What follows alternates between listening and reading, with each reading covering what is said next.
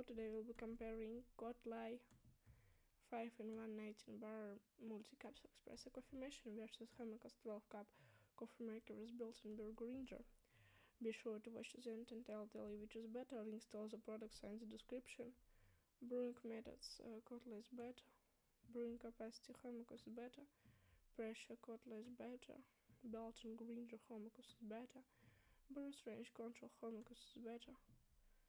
Programmable features, HOMOKUS is better. Temperature control, KOTLIE is better.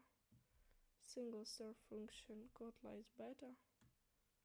Water reservoir, HOMOKUS is better. Ease of cleaning, HOMOKUS is better. Brew speed, KOTLIE is better. After shut off is tie. Noise level is tie. Price is tie. Special features, KOTLIE is better. Dimensions, KOTLIE is better. If you want to get the most powerful, durable device that will really taste good making coffee, then the best choice will be the KOTLIE 5-in-1 19-bar multi-capsule espresso coffee machine.